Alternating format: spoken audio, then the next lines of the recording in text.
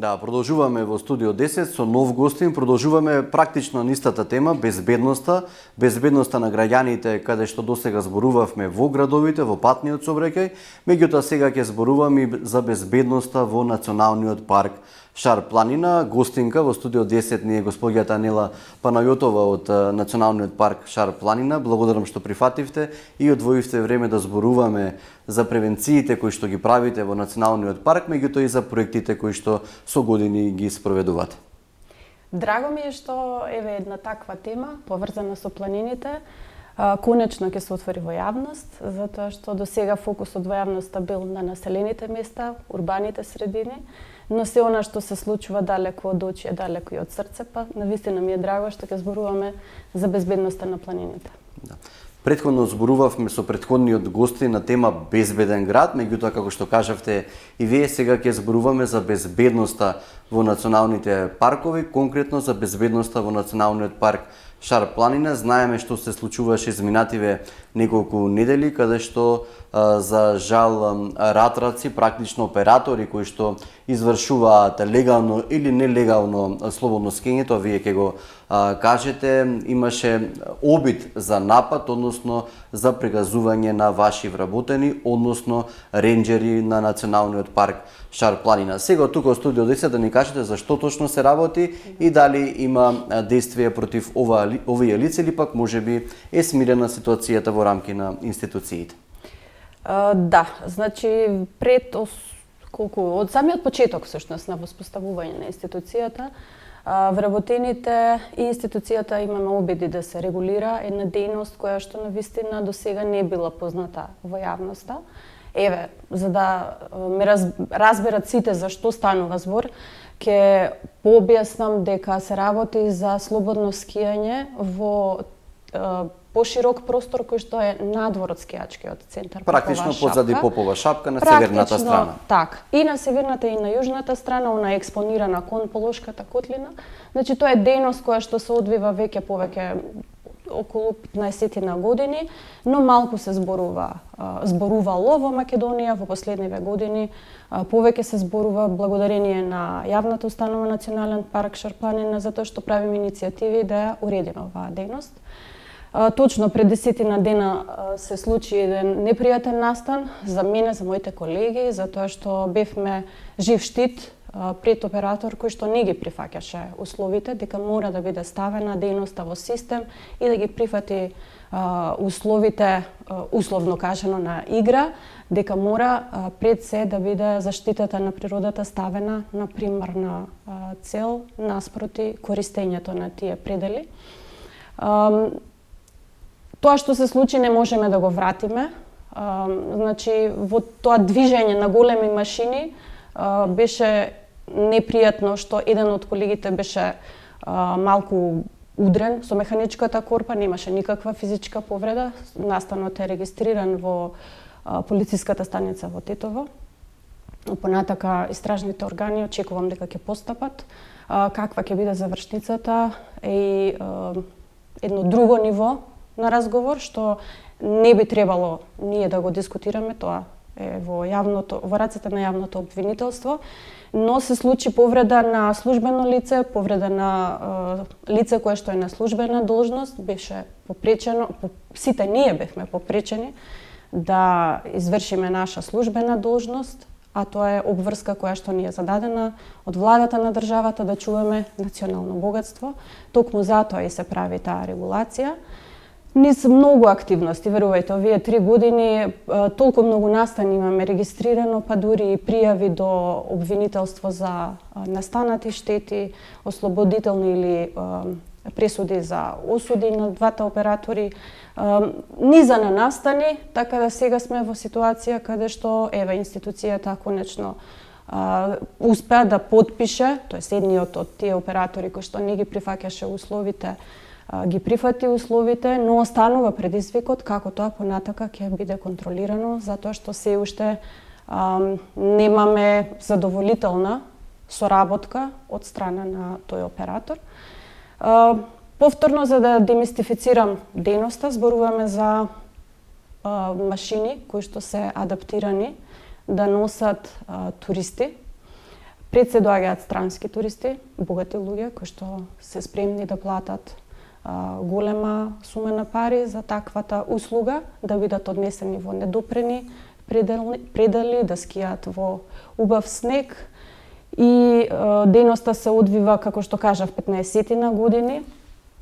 Таа низ годините прогресирала, значи од 2-3 ратрака, сега во моментов двата оператора, вкупно нема да делам кој колку има преку 25 ратраци на територијата во близина на скијачкиот центар, иако тие не се во собственост на скијачкиот центар, не се сите во оператива, некои се расходувани, се користат за делови, некои се само испаркирани, меѓутоа станува за голема ергела на машини кој што е присутна. И практично со тоа можам да ви кажам дека ние имаме еден паралелен скијачки центар кој што никаде не фигурира, затоа што тоа е бизнис кој што носи милионски суми, кои што имаат интерес неколку одредени лица и навистина е нешто што треба да се стави во колосек, затоа што имаме огромни штети врз природата, но и пречат на другите посетители. Рековте да се стави во колосек, кога практично вашите луѓе почна да спроведуваат контрола во националниот парк Шар планина, имавте разговори со овие оператори кои што вршат слободно скијање, првичните разговори со каков плод вродија на хартија и сега дали тој плод на хартија, пак ќе повторам, се спроведува во пракса од страна на другите оператори или пак тоа решение, тој договор воопшто никој не го почитува? Значи, најпрво треба да објаснам дека од прогласувањето на националниот парк оваа дејност е земена во предвид и зонирањето е адаптирано со цел да може да продолжи да се одвива дејноста, но под одредени услови кои што ќе ги регулира новата јавна установа. За таа цел се дефинирани трасите во соработка со операторите, значи не се измислени нови траси, туку истите места кои што тие ги посетувале, нормално со изземање на оние места кои што имаат сензитивни, чувствителни видови, вредни хабитати, со цел да не им се наштети. Врвовите се исто така изземени. И во таа соработка исто беше правена и теренска анализа со наше присуство на местата каде што се одвива дејноста, за да подобре осознаеме што се случува всушност.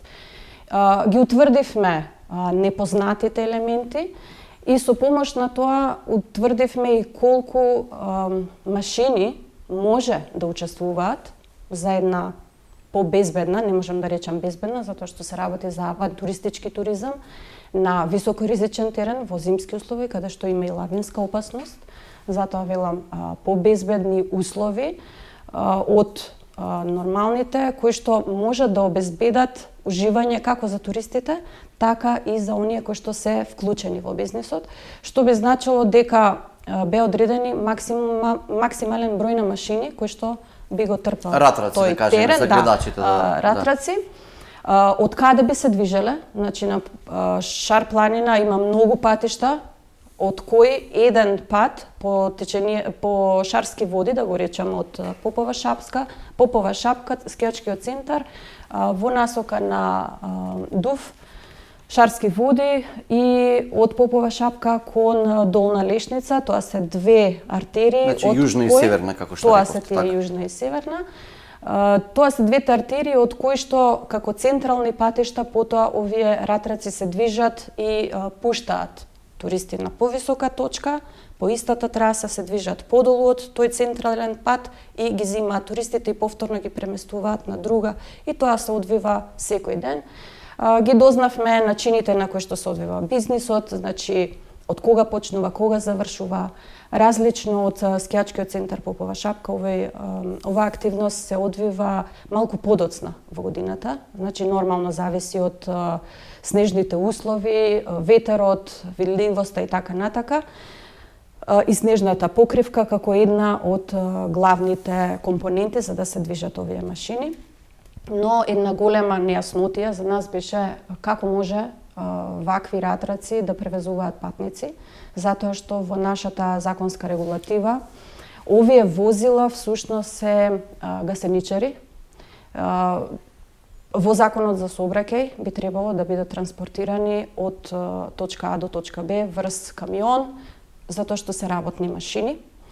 Во овој случај сите тие имаат адаптирани кабини во кои што ги пренесуваат туристите и безбедноста беше еден огромен прашалник за нас, но и за други институции. Безбедноста, меѓутоа и заштитата на самите патеки, така? Така, нормално. Какви штети се правеле овие години според вашата установа? Сега ќе објаснам само да завршам мислата. Заради сите овие нејаснотии поврзани со механизацијата се обративме до низа други институции кои што се порелевантни, меѓутоа не добивме конкретен одговор, затоа што до сега сите се соочуваме со една непозната. Прв пат се случува ваква дејност која што не била регулирана и се надевам дека ќе почнеме низ годиниве што се пред нас да ја регулираме. Ме прашавте за штетите, значи штетите варираат во зависност од висината на снежната покривка.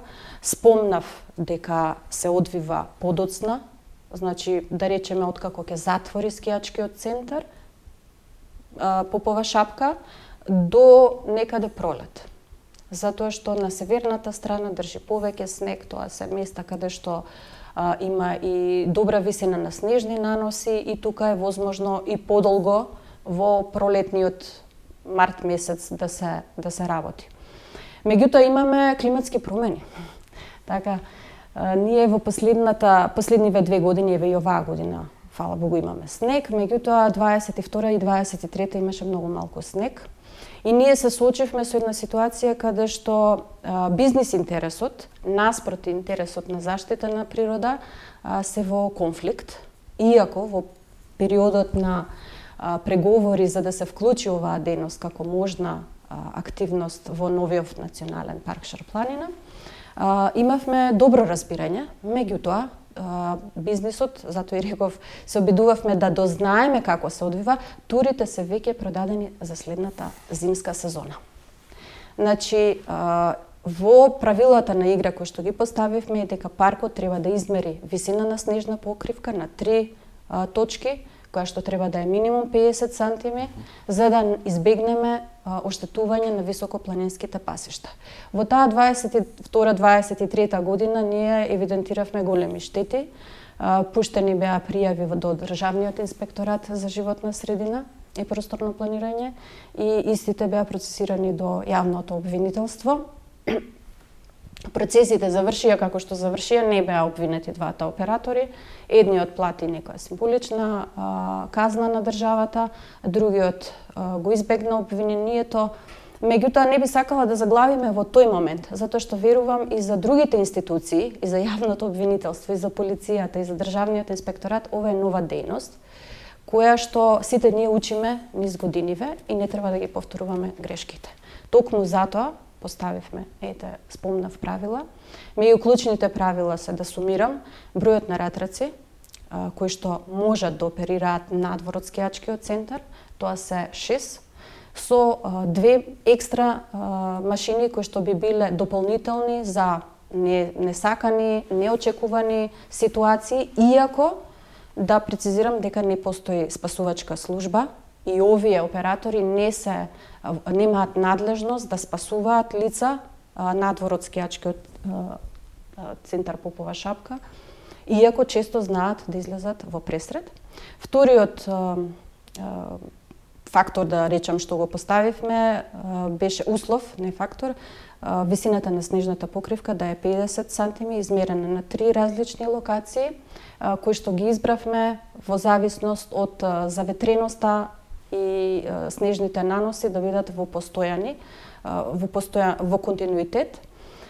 И нормално сите оние безбедносни аспекти ги оставивме да бидат на одговорност на операторите, затоа што тие имаат лиценца А или Б за incoming туризам, да организираат според Министерството за економија, имаат добиено лиценца за да организираат такви тури и со потпишување на некаква изјава тие прифаќаат одговорноста и ризикот, но секој од посетителите мора да има лична опрема за безбедност во случај на лавини, а тоа се лавински ранци, трекери, сонди, лопати, доколку се случи некоја таква ситуација, да можат брзо да интервенираат, затоа што, како што кажав, не постои спасителна служба која што би можела во случај на лавина да им излезе во многу кратко време во пресрета.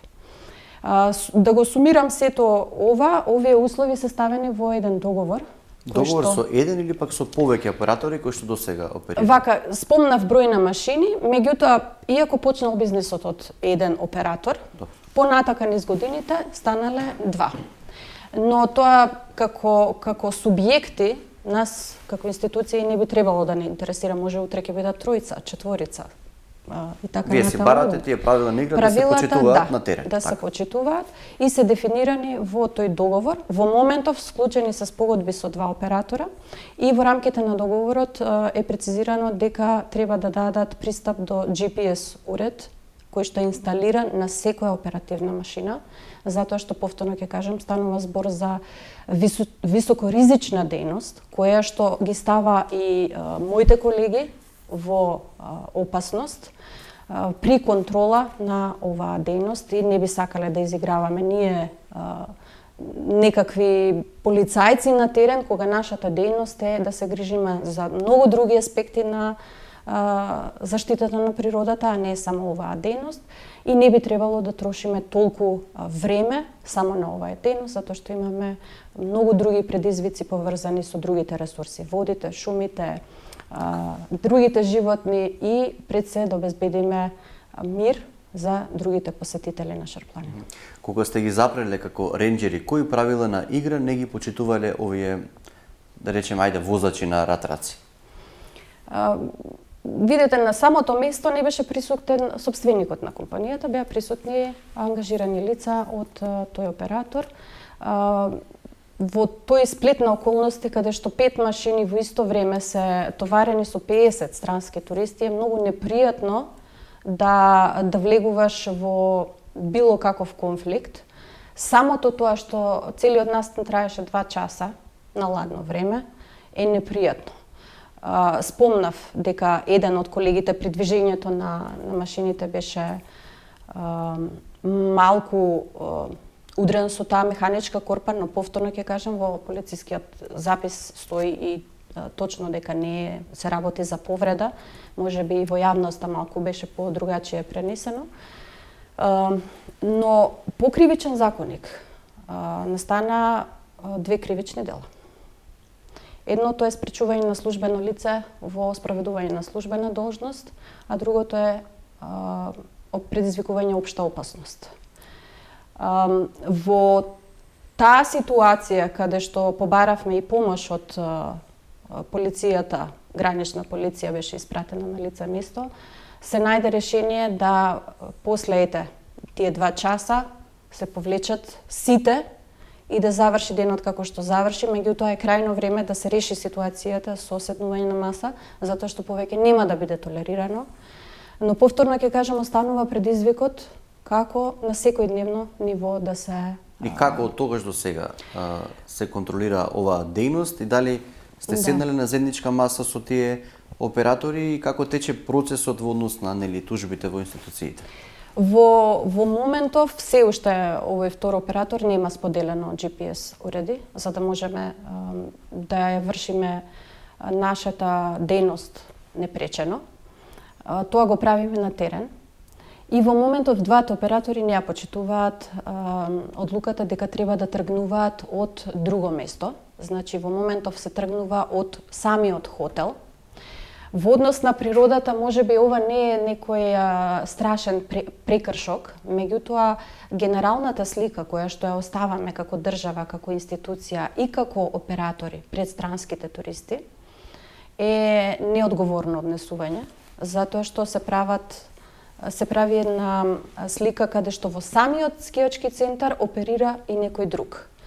Пропишаното правило е дека треба машините, овие ратраци кои што не се во склоп на скијачкиот центар, на Попова шапка, да тргнуваат од места кои што се надвор од населбата, значи надвор од викенд населбата, по овие два пата кои што ги кажав, па од тука натака во подлабоките зони да се двојат и непречено да функционираат.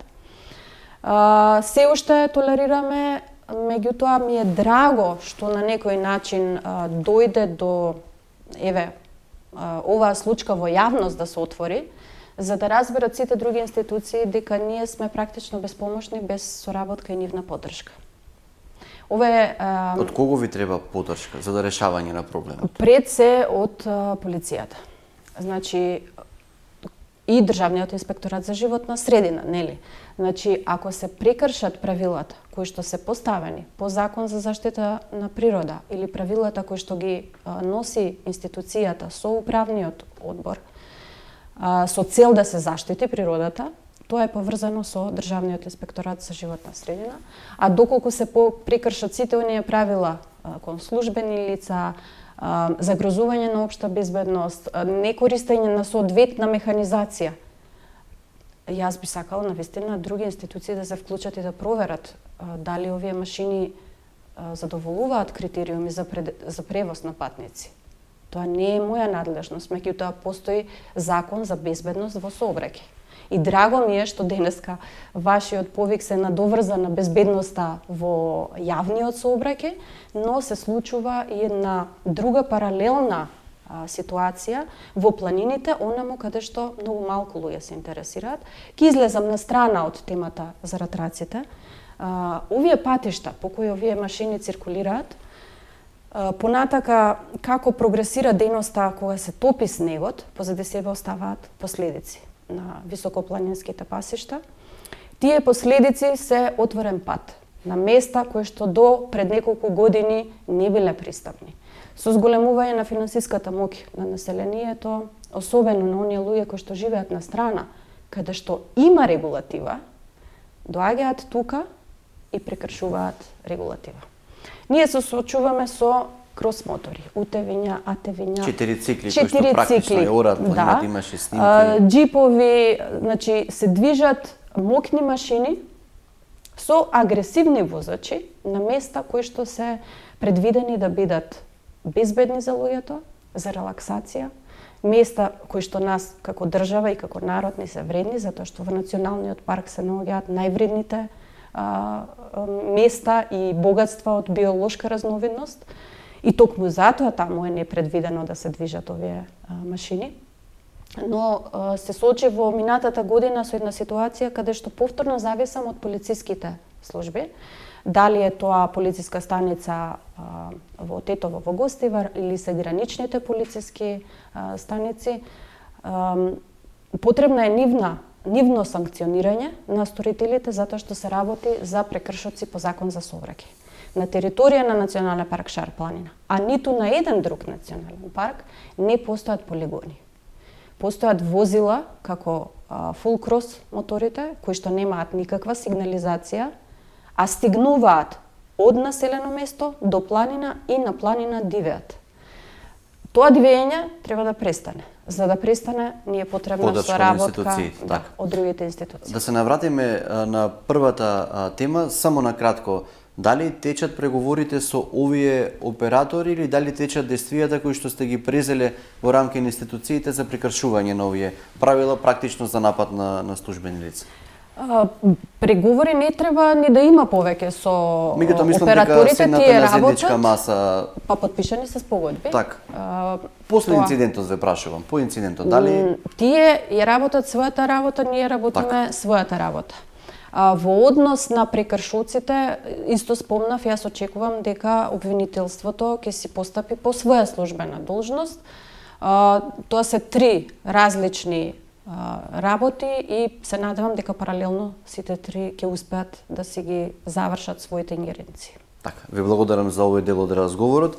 Да продолжиме со актуелни теми. Донесена е одамна веќе одлуката за наплата за влез во Националниот парк Шар планина. Од годинава дали се спроведува за влез конкретно на скијачкиот центар Попова шапка. Знаеме дека тој е сега актуелен со оглед на почетокот на скијачката сезона.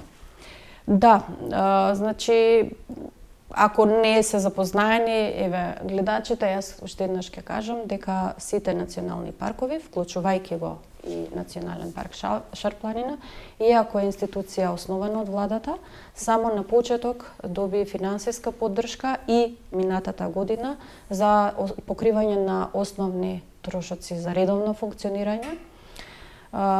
Но за сите други оперативни трошоци ние сме на самофинансирање и токму затоа мора да се изнајде механизам кој што редовно ќе ги покрива овие трошоци во иднина.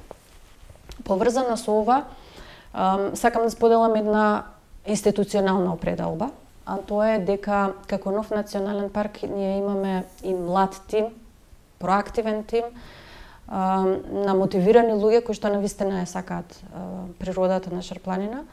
Ние имаме определба дека не треба едно заштитено подрачје кое што е од државен интерес да се финансира од користење на природните ресурси. Токму затоа и немаме комерцијални сечи, не постои лов во територијата на Националниот парк Шарпланина и така натаму и поради тоа акцентот е ставен на економските оператори кои што користат од природата и треба да платат за користењето. Кои се овие оператори? Оние кои што загадуваат, а тоа се сите посетители кои што доаѓаат со моторно возило. Без разлика на категоријата на моторно возило, имаат обврска да платат влезница во Националниот парк. Не се наплаќа на поединец. Попова шапка беше бафер зона.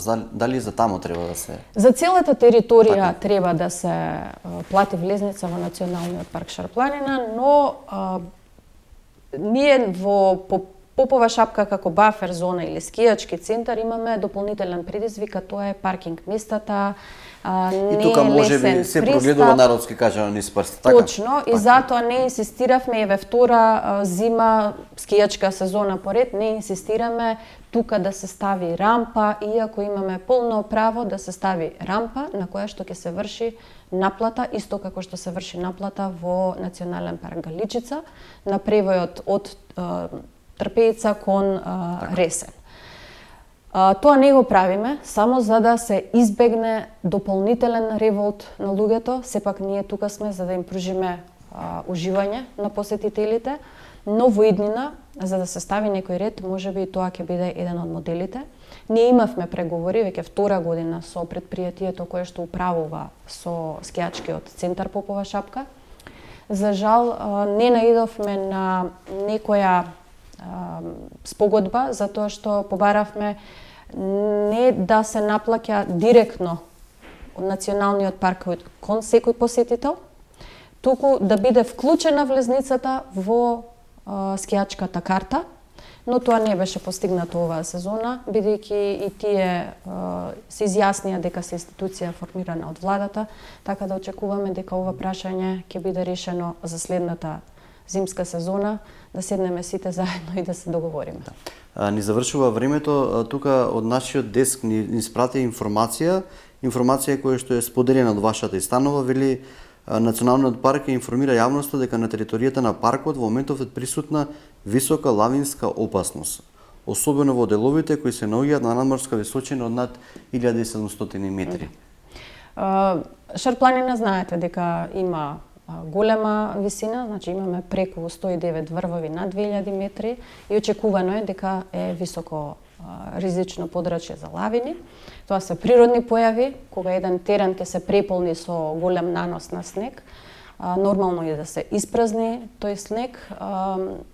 Тригерот или причината како настанува тоа испразнување може да бидат различни фактори, може да е човек, може да е планинар, може да е скијач, може да е животно или едноставно да се преполни и да се испразни тој терен. Соопштението има за цел да ги информира посетителите кои што ги посетуваат тие зони дека треба дополнително да внимаваат. Планинарите се најчесто свесни и доаѓаат подготвени со знаење за временската прогноза.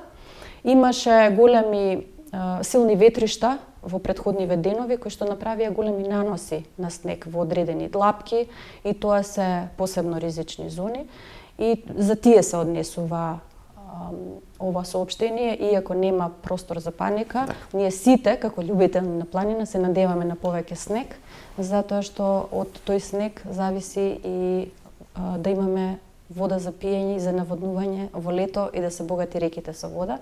Така да само апелирам за дополнителна внимателност доколку се посетуваат високите врвови. Да.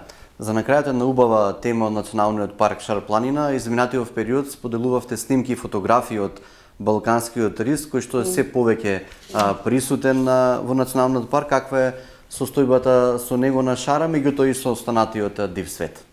Па, еве баш деновиве го подготвувавме и годишниот извештај за сите спроведени активности во изминатата година и ми е драго да споделам јавно дека генерално се подобрува состојбата со видовите и со популациите, што значи дека истото се однесува и за балканскиот рис.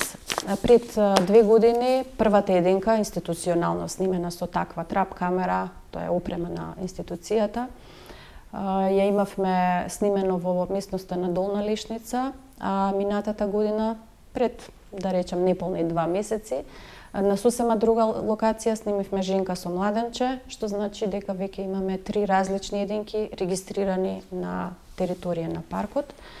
Јас лично, меѓутоа и колегите, се сите горди на ова постигнување, затоа што тоа само ни дава знак дека сме на прав пат во поставување на режимот на движење, ова што го споменав за моторните возила, без разлика во која сезона.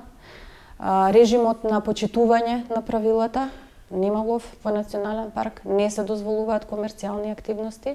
Да, Шар планина има многу оштетени шуми кои што пред нас е задачата да ги реставрираме, да ги исчистиме, да ги пошумиме, да го подобриме тој хабитат за дивите животни и генерално се подобрува состојбата со пленот на рисот, срнат, другите цицачи, срна, дива коза, копитари, така да генерално се подобрува сликата. Господја Панајотова, благодарам за разговорот, за овие информации кои што ги споделивте во јавноста. Се надевам дека ќе бидат корисни за сите, со цел да имаме поубава Шара, односно заштитена Шара, е тоа и целта на вашата установа. Благодарам уште еднаш за поканата. Навистина ми е драго што ја отворивте оваа тема и се надевам дека ова ќе биде апел до сите институции да ни помогнат да го заштитиме националното богатство. Да, ви благодарам уште еднаш. Така, ние завршуваме со Студио 10. Ова беа темите кои што денеска ги споделивме со вас, со нашите ценети гледачи за безбедноста во самите градови, меѓутоа и безбедноста во националните паркови. Јас се одјавувам, поздрав до гледачите на ТВ24, останете со фреквенцијата на нашата телевизија.